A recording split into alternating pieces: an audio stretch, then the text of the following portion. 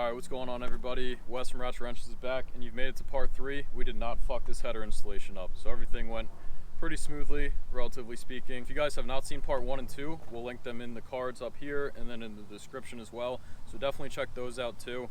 Overall, we're very satisfied with the results. It was a difficult installation, but we learned a lot, and with the end results, we're very pleased. And also stay tuned towards the end of the video.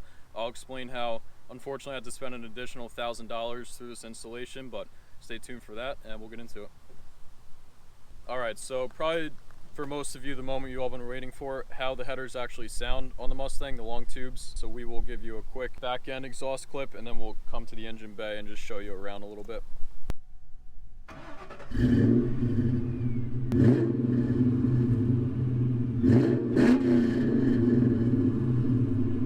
So the new exhaust setup isn't as raspy as the off-road X-Pipe was.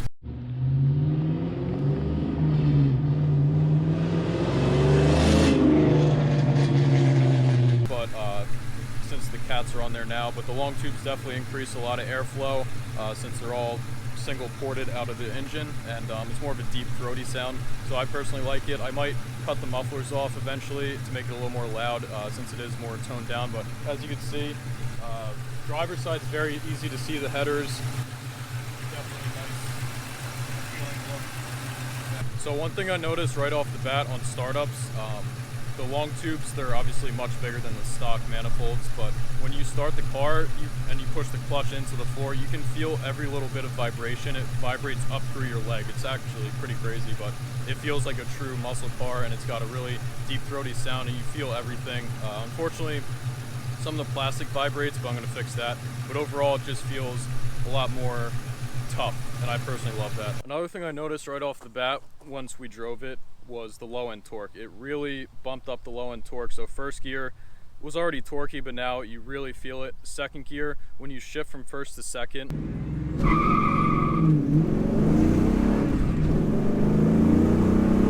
you really feel it. There's no lag in the throttle at all.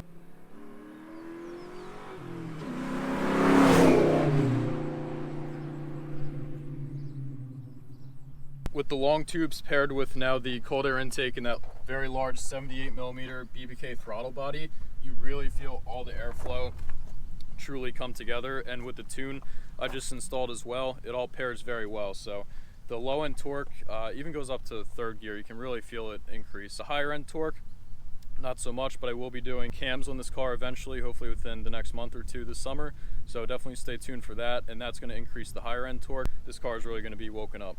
Overall, these long tube headers I'm very pleased with. I will say one thing that I kind of wish I did a little more research on different brands, because the fitment with these is extremely tight. I know overall long tube headers, the fitment's going to be tight since it is much larger tubes going down to the mid pipe. So there's other brands such as Cook's, Mac I think, so there are other ones out there. There were a couple bolts that were extremely hard to get to, even one we couldn't even see. We kind of had to tilt our hand in and down the engine. But overall, I mean, most of the bolts we could use the aftermarket BBK gave us. Besides those little hiccups, overall I'm very pleased with the overall sound after the tune especially. I would recommend these to anyone who's really trying to bump up your low end torque in these 99 to 04 Mustangs and really increase a lot of airflow. Hi, what's going on guys? Austin here. I'm going to jump in just to explain the procedure, like a summary of the procedure, but if you really want to watch how it went down, click up here because that's the link. Literally you'll have a visual of how we did it, explaining the tools and whatnot. But pretty much what you wanted to do is remove the tires, get the car off the ground. You're going to have to drop the K-member, disconnect all the steering links, all the, the wiring and whatnot, and then make sure you had support up here. So we had an engine support bar which just held up the engine, because when you drop the K-member, the motor mounts are not held into anything, so you don't want to just have that weight on the motor, just because the trans would be going up and the motor would be going down, so it just put a stress there, and it might not be good. It might snap some bolts, you might screw something up in your trans and whatnot. But yeah, so we pretty much had to do that.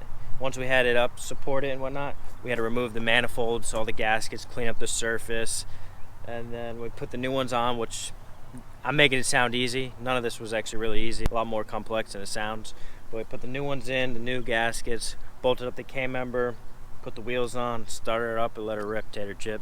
Alright, so that was pretty much a quick overview, so a summary of the whole process. But I'm going to show you guys, or not show you, I'm going to explain some tips and tricks that I would highly recommend. One, I listed all this in the previous videos, but just to reiterate it, definitely make sure you have PB Blaster or WD-40, some kind of penetrating oil, blowtorch. Make sure you have some long leverage tools. It helps with torque, especially if you're doing it on the ground. Unless you have a lift, it might be a little easier.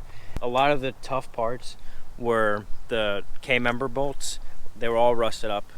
You needed a lot of leverage to get them out, so it took a lot of heat and a lot of penetrating oil. Just let them soak. I would do at least an hour of prep of just soaking all the bolts that you need. Another thing is the steering link. Make sure you lock the steering column and take the key out of the ignition, so when you take off the steering link, the steering wheel doesn't move and, you know, throw off alignment. I mean, I would suggest getting alignment either way when you're done with it, because you're going to be disconnecting the K-member, and you want to just make sure you have it all intact. Another thing was the EGR tube. Wes mentioned it in the previous video, but to get on the new header, you have to put the EGR tube directly onto it, and if you put the header on first without the EGR tube, it does not line up at all. No matter how much you try and manipulate it, you will be there for at least an hour and a half trying to do it. We tried doing it ourselves and we failed miserably, wasted a lot of time, took a lot of energy, and just had to backtrack ourselves. So before you put the header on, put the EGR tube onto it and then mount the header. It just makes life so much easier, unless you have some kind of leverage source like a pry bar, but it's hard on the ground because the pry bar hits the ground, so you can't really leverage it. Just to make your life easier, put it on before you even put the header on the car. One more trick and tip that I recommend is, if you saw our install, thank you, appreciate you for watching, but just if you haven't, refer back to it. But right now I'll explain what we did. We had a creeper under the K-member and we put a block of wood on it, so when we dropped the K-member, since it was so heavy that the three of us couldn't hold it from the way we were sitting, we rested on that and we slid it out, which made life so much easier. Unless you have a lot of muscles, which I clearly don't, and you know, you might have 4 people or 5 people or whatever to make life easy, but we only had 3 and we were trying to film it all, so at times we had 2. So I suggest referring back to that video, and it will show you how to do it and make life super, super easy. So that was the last and final tip I'd recommend.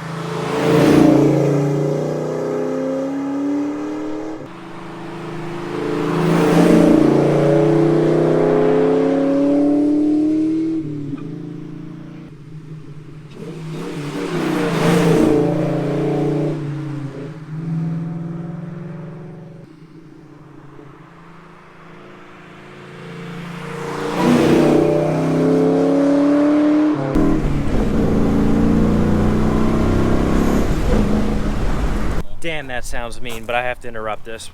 Unfortunately, we had to spend another $1,000 on top of what we already paid for the whole setup.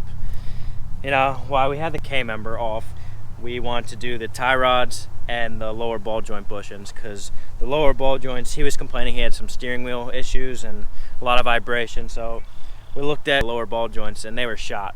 But we didn't have the proper tool. We didn't have the proper, you know, our little compressor couldn't, you know, withstand the power needed to force those out of the control arm. So we had a shop do that for us. They replaced it with some top of the line lower ball joints. And then while they were inspecting it, they saw that the inner tie rods, when they were looking at them, because we were explaining how we had the noise and whatnot, the inner tie rods were just gushing with oil, so it was shot. So we ended up just getting a whole new steering rack and pinion, and that came with the new tie rods, inner and outer. So unfortunately, you guys hopefully won't run into this problem, but while you have the K-member off, I really suggest inspecting everything. See if you need new hardware, new bolts, new bushings, new control arms, anything. Just get it all done while you're down there. And I also really highly suggest when you're in there, get new motor mounts. Like we said, we put Maxim Motorsports. So they definitely help with just the rattle of this freaking monster behemoth of a header that we put in there. So Unfortunately, we did not want to spend that $1,000, but you got to do what you got to do to get this bad boy running. So that's a wrap. The header install on the 2002 Mustang GT, the new Edge, it's 99 to 04, is a wrap. If you guys have been sticking through with the 3-part series, I thank you once again. But if you have not, feel free to click back on those links. We show you how to prep it. All the tools you need is in the first video. The second video is the install. And then the third is all the sound clips, the cinematics. Obviously, you're watching it right now, so you would know. If you're new to the channel, subscribe, comment. If you have any questions or any concerns or any pointers or tips that you want us to add, feel free to comment. We'll get right back to you. Turn on that notification bell so you never miss a beat. I'm sure if you've been watching this, you know that we have the EcoBoost F-150 that's insanely fast. We have the GTI, which is about to be an Audi S3. We have the Mustang, we have a Ram, we just did a video on a Rebel, so stay tuned to that. And thanks for watching. Peace.